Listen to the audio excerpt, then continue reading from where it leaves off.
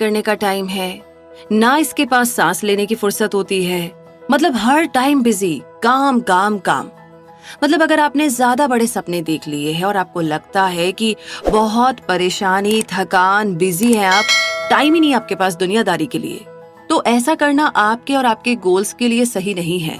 अगर आप हमेशा टायर्ड फील करेंगे तो आपने किसी काम को जल्दी खत्म करने की एनर्जी नहीं बचेगी और आप क्रिएटिव भी नहीं रह पाएंगे। इसके लिए आपको एक ऐसे सिस्टम की जरूरत पड़ेगी जो काम सच में करती है। ये समरी आपको इम्पोर्टेंट चीजों पर फोकस करना और अपने काम को कैसे करना है ये सिखाएगी। तो आइए सपनों को पूरा करने की इस जर्नी में एक और ऑडियो बुक समरी आपके लिए तैयार है, जिसे बनाया है गीगल ग्रेट आइडियाज ग्रेट लाइफ ने, जहां पर आप समरीज को पढ़ सकते हैं, सुन सकते हैं, शेयर कर सकते हैं। और मैं हूँ गीगलर रूबी पारिक आपके साथ। तो आइए जानते हैं summary of 18 minutes, find your focus, master distraction and get the right things done, जिसे लिखा है पीटर ब्रैगमैन ने। और इस समरी की अगर बात करें तो यहाँ पर आप अपनी जिंदगी को ऑर्गेनाइज करना सीखेंगे और आप ये रियलाइज करेंगे कि कभी कभी आपको रुककर अपनी जिंदगी की स्ट्रेटेजी के बारे में दोबारा सोचना चाहिए ताकि आप बेहतर बन सके। अपने रिएक्शन को कंट्रोल करके अपनी जिंदगी को कंट्रोल कैसे करना है आप वो भी सीख जाएंगे। जब आप अपने इमोशंस को अपने फैसले लेने देते हैं तो ये बहुत गलत होता है। इसीलिए आपको कुछ सिंपल ट्रिक्स भी यहाँ पर सीखने को मिलेंगे, क्योंकि खुद को पहचानने से ही सक्सेस का रास्ता खुलता है। तो ये समरी आपको अपने पैशन को चुनने में गाइड करेगी।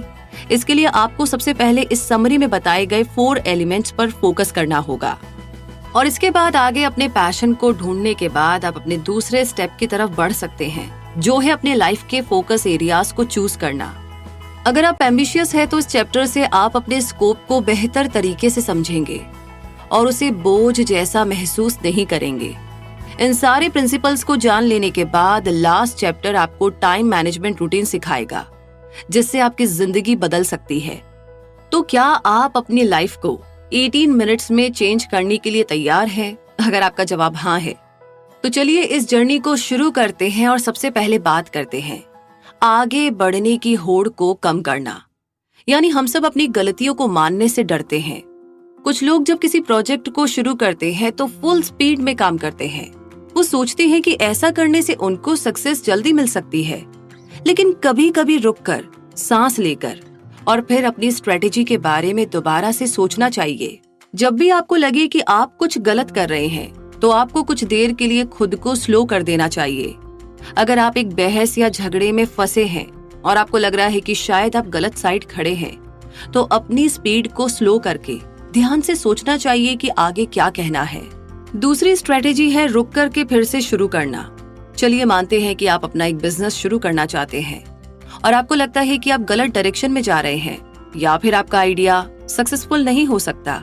इससे पहले कि आप अपने फेल होते बिजनेस में ज्यादा टाइम और पैसा लगाए, आपको ऐसी सिचुएशन में रुककर सब कुछ फिर से शुरू करना चाहिए। तो आइए डॉक्टर एलन रोजेनफील्ड का एग्जाम्पल यहाँ पर लेते हैं। वो Columbia school of public health के डीन थे और उन्होंने हमेशा दूसरों की मदद में ही अपना ज्यादातर जीवन बिताया, खासकर HIV लोगों की मदद में। डॉक्टर एलन एक बड़े लीडर थे और उनके गुजर जाने के बाद स्कूल ऑफ पब्लिक हेल्थ का नाम उनके ऊपर रख दिया गया। एक बार डॉक्टर एलन छोटे बच्चों को वैक्सीनेशन देने पर अपने दोस्त ली के साथ डिबेट कर रहे थे। डॉक्टर एलन इस सब्जेक्ट में नॉलेज रखते थे और उनका मानना था कि बच्चों को वैक्सीन देना चाहिए। अपनी बात को सही साबित करने के लिए उन्होंने सॉलिड फैक्ट्स भी दिए, जिसमें बताया गया है कि किस तरह वैक्सीन ने लाखों लोगों को पोलियो और मिजल्स जैसी खतरनाक बीमारियों से बचाया है। दूसरी तरफ उनके दोस्त ली वैक्सीन के खिलाफ थे। ली ने इंटरनेट में एक आर्टिकल पढ़ी थी जिसके बेसिस पर वो अपनी बात को सही मान रहे थे। उन्होंने कहा कि वो आर्टिकल साबित करता है कि वैक्सीन से काफी लोगों को नुकसान पहुंचा है। डॉक्टर एलन इस सब्जेक्ट के एक्सपर्ट थे, इसीलिए वे ली के बिना ठोस सबूत वाले आर्टिकल के ऊपर हंस भी सकते थे, लेकिन उन्होंने ऐसा नहीं किया। उन्होंने गुस्सा करने और खुद को सही साबित करने के बजाय बहस करना बंद कर दिया। थोड़ा स्लो हुए और थोड़ी देर सोचा। फिर डॉक्टर एलन ने ली से कहा कि उन्होंने उस आर्टिकल को नहीं पढ़ा है और उसे पढ़ने के बाद ही वो अपना फीडबैक देंगे। तो ठीक इसी तरीके से काफी लोग ये सोचते हैं कि अगर वो अपनी गलती मानेंगे तो वो अपना सम्मान, पोजीशन और पावर खो देंगे। लेकिन सच्चाई इसके ठीक उल्टी है। पूरी दुनिया के सामने अपनी गलती को मानना एक स्ट्रॉन्ग और मजबूत शख्स होने की निशानी है। इसलिए अगर आपकी कोई बात या फिर कोई काम नहीं बन रहा हो तो उसे खत्म करके कुछ और नया शुरू करने में कोई गलत बात नहीं है। अपनी जिद में अपने फ्यूचर के मौकों को मत खोइए। ऐसी सोच जो आपको रोके रखे उसे छोड़ देनी चाहिए। यही सक्सेस पाने और आगे बढ़ने का रास्ता है। और इस आगे बढ़ने के रास्ते में सवाल है कि आपको कहाँ पहुंचना है। मतलब ये कि आपको याद है आपके स्कूल के मैथ्स टीचर को आप पसंद नहीं करते थे और उनकी ही वजह से आप मैथ्स में फेल हो गए थे और शायद डिग्री भी नहीं ले पाए थे। बहुत सारे लोग ऐसे ही जाल में फंस जाते हैं क्योंकि हम बाहर के फैक्टर्स को हमारी प्रेजेंट सिचुएशन के नतीजों पर हावी होने देते हैं। अपने फैसलों के बारे में बात करें तो हमें लगता है कि हमारी लाइफ का कंट्रोल हमारे हाथ में है, पर आप गलत है। अक्सर किसी ट्रिगर पर जब आप बिना सोचे झट से रिएक्ट करते हैं तो उसकी वजह से आप इन नतीजों पर पहुंचते हैं। एग्जाम्पल के लिए आपके मैथ्स टीचर जिन्होंने आपको कम मार्क्स देने का डिसीजन लिया, तो यहाँ पर आपको अपना फोकस बदलना होगा। लाइफ के ट्रिगर को हमारे नतीजों यानी कि हमारे रिजल्ट को कंट्रोल करने देने के बजाय आपको खुद ही अपने रिजल्ट को कंट्रोल करना होगा। और आप ऐसा तभी कर पाएंगे जब आप ये सोच लेंगे कि आपको क्या नतीजा चाहिए, क्या रिजल्ट चाहिए। फिर आपको स्लो हो जाना चाहिए और वैसा रिएक्शन ढूंढना चाहिए जो गारंटी देगी कि आपने जैसा सोचा है वही नतीजा, वही रिजल्ट निकलेगा और आपको मनचाही सक्सेस मिलेगी। इस बुक के ऑथर पीटर एक कंसल्टेंट भी है। उनके एक क्लाइंट का नाम हंटर था, जिनकी कंपनी पर बहुत सारे केस चल रहे थे और उनका नाम प्रेस के सामने बहुत ही खराब था। पीटर हंटर के प्रॉब्लम्स को सुलझाना चाहते थे। एक दिन हंटर ने पीटर से कहा कि दिखने में तो वो उनकी हेल्प के लिए रेडी लगते हैं, पर वो उनकी कंपनी को इन प्रॉब्लम से उबार नहीं पाएंगे। हंटर ने पीटर से ये भी कहा कि उन्होंने पहले भी बहुत सारे कंसल्टेंट्स को हायर किया था और पीटर के फेल होने के बाद आगे भी कंसल्टेंट्स हायर करेंगे। इस बात को सुनकर पीटर को बहुत बुरा लगा और हंटर के ऑफिस से निकलने के बाद उन्होंने फौरन अपने अंकल को कॉल किया और अंकल से कहा कि वे हंटर को पसंद नहीं करते, इसलिए वे उसकी कंपनी के लिए काम नहीं करेंगे। अंकल इस बात को सुनकर हंसे और पीटर को एक इम्पॉर्टेंट लेसन सिखाया। उन्होंने कहा कि ये जरूरी नहीं है कि हम जिसके साथ बिजनेस करते हैं वो हमें पसंद आए, हमें तो बस अपने बिजनेस या काम पर ध्यान देना चाहिए। इसीलिए पीटर ने डिसाइड किया कि वे हंटर के लिए काम करेंगे और वहां उन्होंने काफी सालों तक काम भी किया। एक दिन पीटर हंटर के ऑफिस गए और वहां शेल्फ में अपनी लिखी हुई किताबें देखी। पीटर ने पूछा कि क्या हंटर ने उस किताब को पढ़ा है। हंटर ने जवाब दिया, हाँ, उसने वो बुक पढ़ी है और ये भी बताया कि बुक बहुत अच्छी है। उस एक बातचीत ने पीटर के मन में हंटर के लिए उनकी सारी भावनाओं को बदल दिया। अब वे हंटर को पसंद करने लगे थे। अगर पीटर ने हंटर को नापसंद करने की वजह से उसकी कंपनी में काम नहीं किया होता तो उन्हें वो जॉब नहीं मिलती जो उन्हें सालों तक पैसे देता रहा। तो एग्जैक्टली यही होता है जब हम अपने रिएक्शन को डिसाइड करने देते हैं कि हमें आगे क्या करना है, और इन्हीं वजहों से हम बहुत सारे अच्छे मौके भी खो देते हैं। तो इस तरीके से कोई भी मौका आप ना खोए, उसके लिए आपको सही कदम चूज करना होगा, यानी 4 एलिमेंट्स के इंटरसेक्शन पर अपना अगला कदम चुनिए। आइए जानते हैं कि हमें ये कैसे करना है। हम बहुत ही शोर शराबे वाली दुनिया में रहते हैं और बहुत सारी चीजों को करना चाहते हैं। कभी कभी हमें लगता है कि हम ये कर ही नहीं पाएंगे क्योंकि हमें पता ही नहीं होता है कि क्या चूज करना है। फिर आखिर में हम कुछ नहीं करने का फैसला लेते हैं। तो आप अभी से इस पर काम करना शुरू नहीं करेंगे तो आगे जाकर लाइफ में इतने ज्यादा मौके आएंगे कि आप डिस्ट्रैक्ट हो सकते हैं। आपको 4 एलिमेंट्स पर यानी कि 4 एलिमेंट्स पर ही फोकस रखना है। फर्स्ट एलिमेंट है आपको अपनी ताकत के बारे में, अपनी पावर के बारे में पता होना चाहिए और इसमें मास्टर बन जाने तक खुद को इम्प्रूव करना चाहिए। जब आप उस बात पर अपना फोकस रखते हैं जिसमें आप बेस्ट हैं, तो आपके जीतने के ज्यादा चांस होते हैं। सेकंड एलिमेंट है कि अपनी कमजोरियों से भागिए मत, बल्कि उसे अपनाइए, एक्सेप्ट कीजिए। इस कमजोरी से फायदा उठाने की कोशिश कीजिए। अगर लोगों को पता चलेगा कि आपको अपनी कमजोरियों से कोई तकलीफ नहीं है तो आपको कोई हरा नहीं पाएगा। थर्ड एलिमेंट आता है कि अगर आप में कुछ बात है जो सबसे यूनिक, सबसे अलग है, तो उसे चेंज ना करें। दुनिया से अलग और डिफरेंट होना बड़ी बात होती है।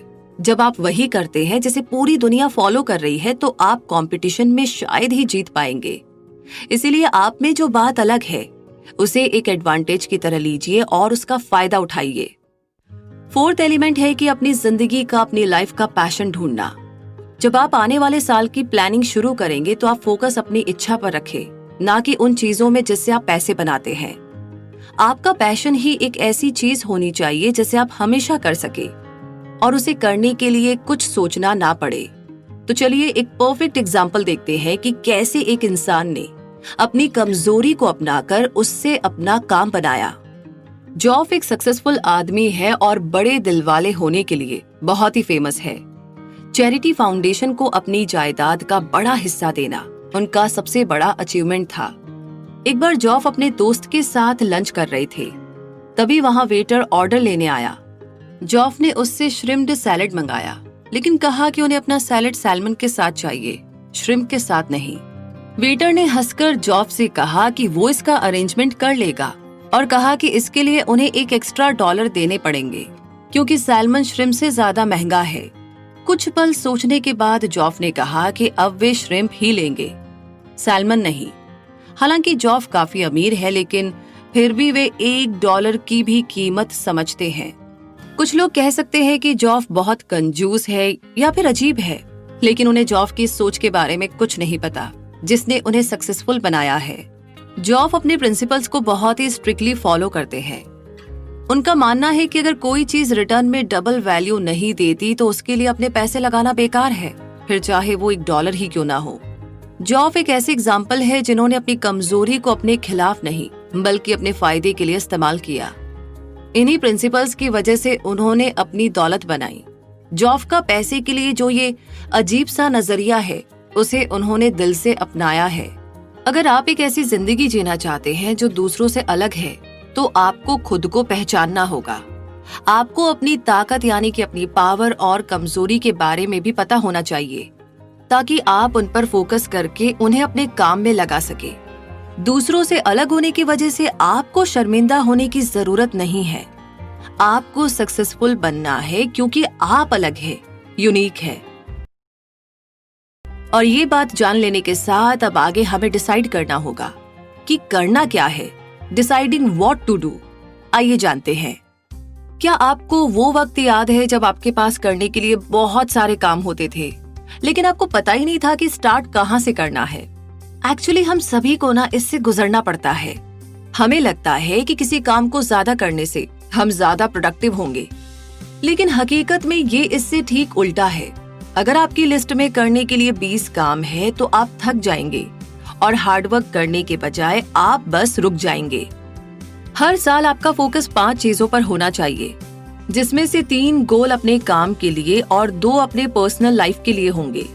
इसीलिए जब आप अपनी टू डू लिस्ट बनाएंगे तो उसमें सिर्फ वो 5 चीजें लिखिए जिनमें आपका फोकस रहता है। जैसे कि फ्योरेला एक मिड साइज टेक कंपनी की सेल्स हेड थी। उन्होंने पीटर की हेल्प मांगी क्योंकि वो बहुत ज्यादा कंफ्यूज्ड फील कर रही थी। फ्योरेला के पास करने के लिए काफी कुछ था। उन्हें एशिया में सेल्स की परफॉर्मेंस के मुद्दे को सॉल्व करना था, यूएस टीम के कुछ प्रॉब्लम को भी फिक्स करना था और सीईओ के साथ स्ट्रेटेजी भी डिस्कस करनी थी। ये सब टास्क फ्योरेला के उस एक दिन की टू डू लिस्ट में लिखा था। इसके अलावा भी उन्हें बहुत कुछ करना था। फ्योरेला के पास इतना ज्यादा काम था कि उन्हें पता ही नहीं था कि करना क्या है। वो बिल्कुल ठंडी पड़ जाती है और कुछ भी शुरू नहीं कर पाती थी। ऐसा इसीलिए होता था क्योंकि उन्होंने पहले से ही इन कामों के आगे हार मान ली थी। उन्हें सांस लेने के लिए कुछ पल चाहिए थे। फिर जब फ्योरेला ने अपनी लिस्ट को ऑर्गेनाइज करने का सोचा तो उन्हें उसमें ऐसे काम दिखाई दिए जो वाकई में इम्पोर्टेंट नहीं थे। ये काम बस कैलेंडर में जगह घेर रहे थे और यही उन्हें परेशान करते थे। तो अगर आप एक एम्बिशियस शख्स है तो आपको ऑर्गेनाइज होने की जरूरत है, वरना आप कुछ भी काम नहीं कर पाएंगे।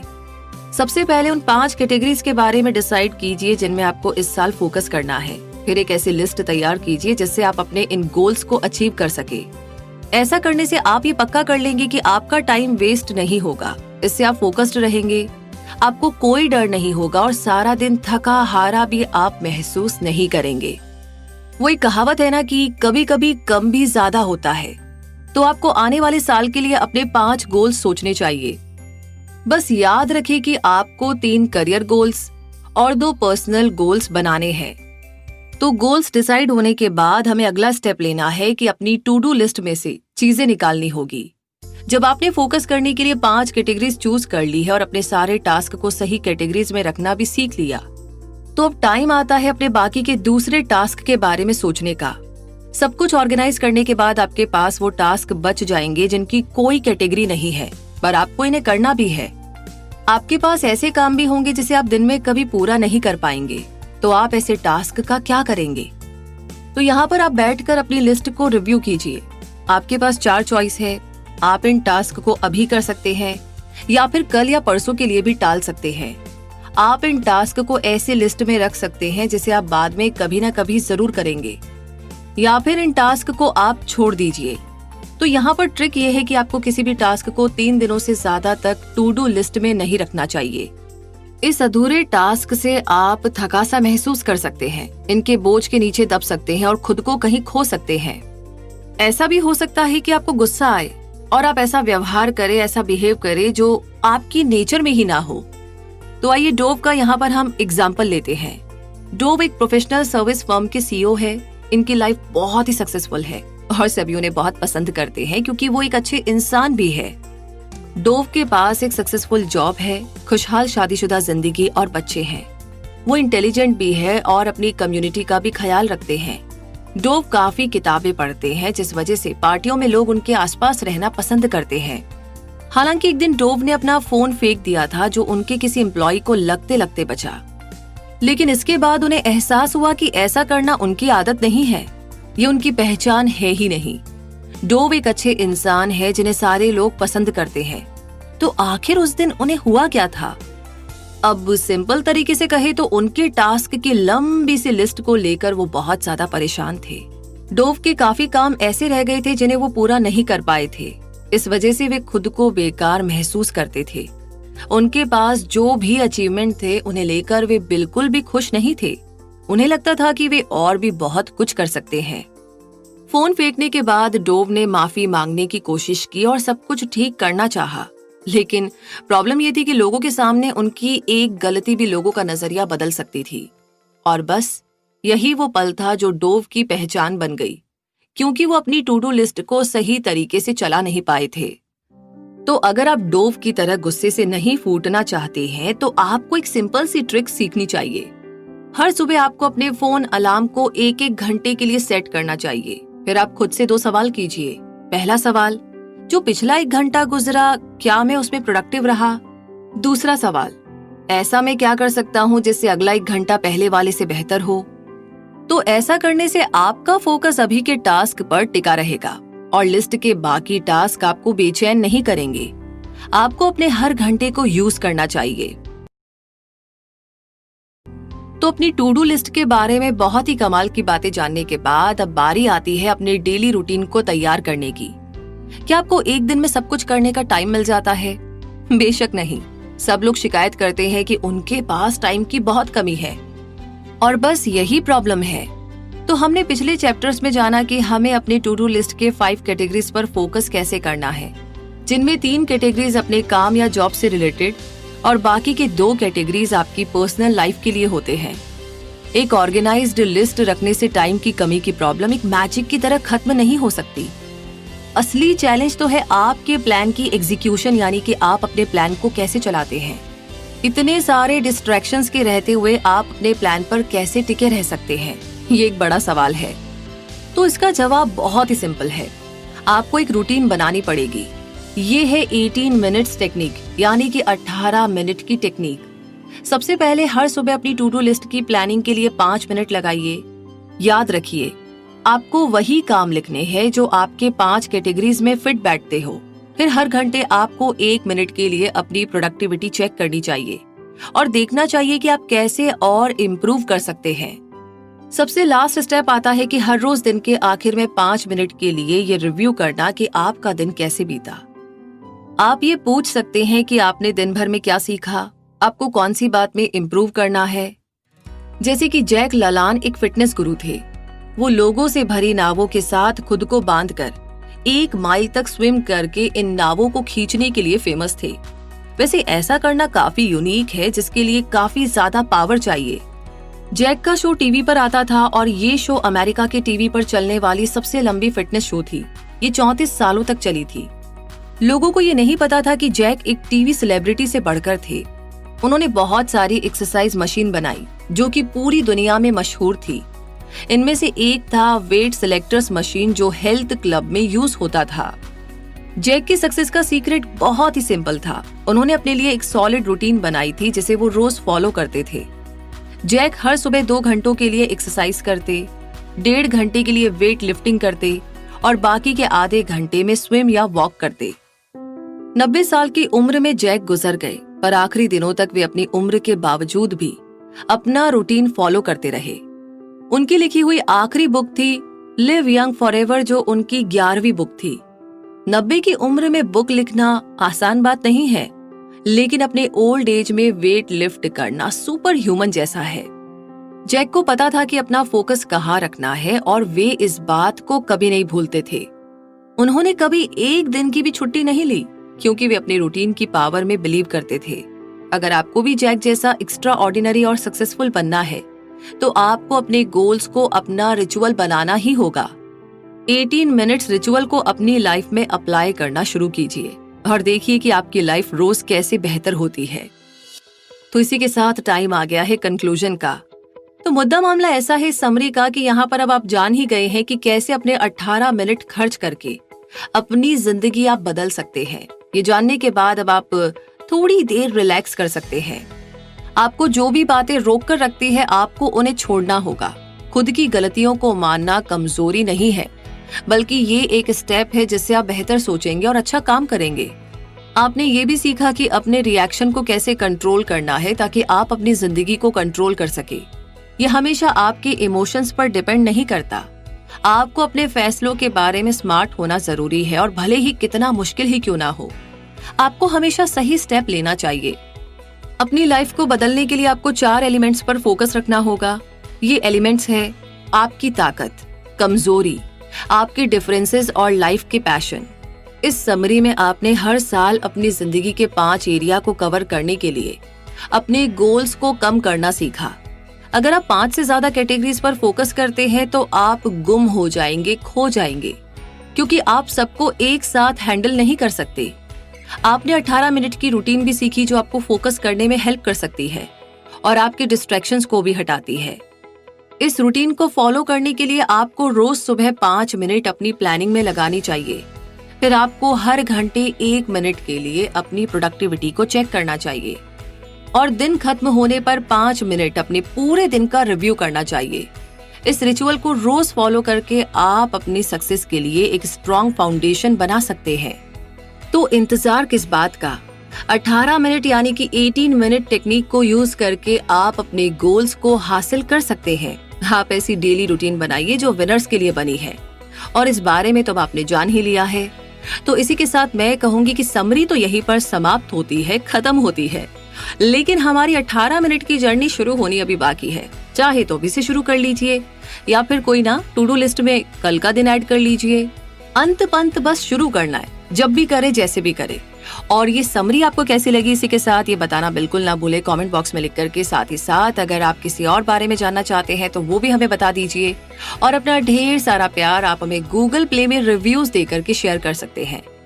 और अगर गीगल से आप कुछ कहना चाहते हैं, गीगल के लिए कोई आइडिया है आपके पास, तो प्लीज आप हमें मेल कर सकते हैं greatideasgreatlife@gmail.com पर। तो इस समरी के लिए मैं यही कहूंगी, सपने देखना ना छोड़े, बड़े बड़े सपने देखे। एक पूरा हो जाए तो नया सपना देखे, सपनों को अपडेट करते रहिए, लेकिन इस समरी में बताए गए सारे जितने भी रूल्स हैं, प्रिंसिपल्स हैं, उनको फॉलो करते हुए, ताकि पैसा भी आता रहे, सुकून भी मिले, फील भी आती रहे और कोई कंप्लेन ना हो। राइट? चीजें ना बैलेंस होनी चाहिए। तो चीजों को बैलेंस करने के लिए लग जाइए फिर से एक और मिशन पर, और मैं मिलूंगी अगली समरी में बहुत जल्दी ही आपसे फिर से कुछ ऐसी नई बात लेकर जो 100% हमारी प्रॉब्लम को सॉल्व कर देगी। एक्शन बस हमें लेना है। ओके, तो रखिए अपना बहुत सारा ध्यान, हमेशा खुश रहे, मुस्कुराते रहे। जय हिंद।